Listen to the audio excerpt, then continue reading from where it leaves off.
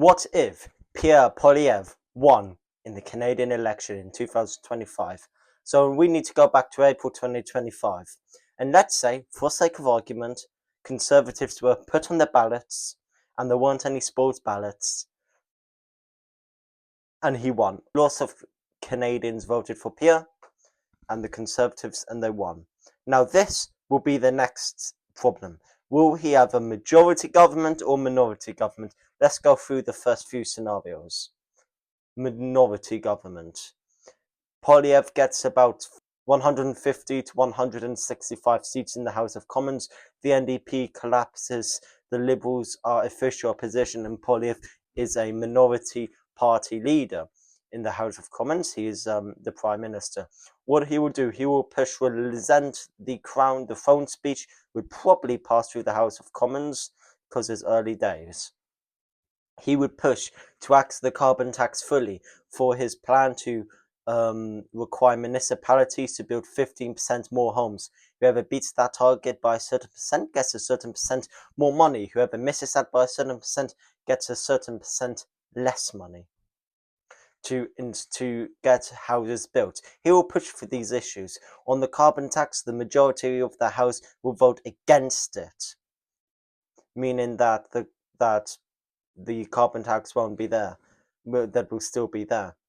But Poilievre's plans will get voted down. So his plan will be to keep Parliament through the summer holidays, through the summer. By then, MPs would be tired and would be forced to vote for Pierre to finally get a break. So he would get some of his plans through, not all of them, but some of them.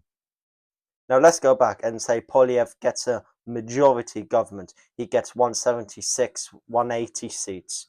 What his plans would do is he would immediately push through for his policies to axe the carbon tax, to build homes, to fix budgets, to balance, to stop crime. He would do that in record time.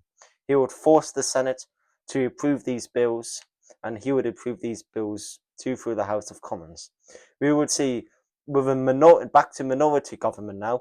Poilievre's government only lasted 1 or 2 years before a motion of non-confidence would be brought and Poilievre's government would collapse. But let's say he did get a majority government.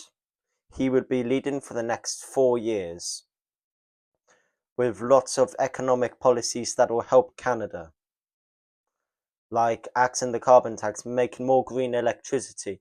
But and then the Liberals would start their own attacks against them, saying that he doesn't support climate change, saying that he doesn't believe in climate change, about his security clearance, which he said he didn't get that so he could speak on important issues. Poilievre also appealed Bill C-11 and Bill C-18 to give Canadians more freedom of speech. And then he would face re-election. And I would think if he got a majority, he would get a minority this time. And still pass through legislation and still up-to-date stuff. And one of the main things he would do is to get these tariffs off of America. He won't be like Carney and cave into Trump.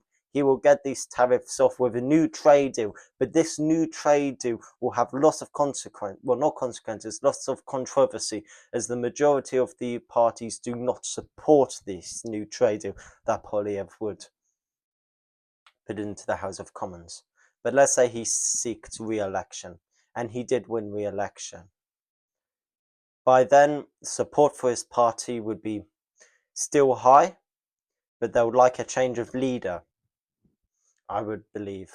And after Poilievre's 8 years, Canada would look better, their reputation would be built, they would have a strong military by putting bases in the Arctic, they would have a strong economy against the Americans, they'll be having a green climate, crime would go down with jail and no bail.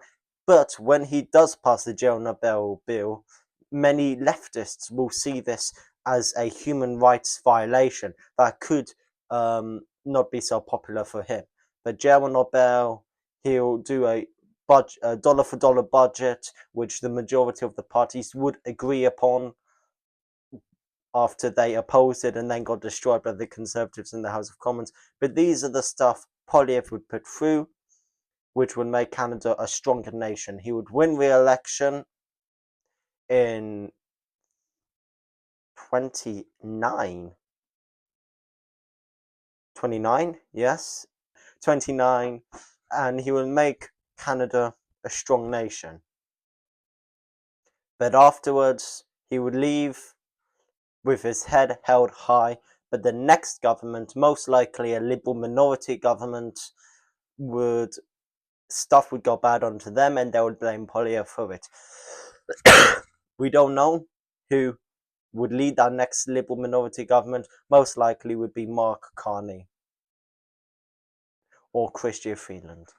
But yes, this is an alternative history if Polyev became Prime Minister. I will do another one of these videos in 2029 if you want that, so I can be more up to date with the actions of today.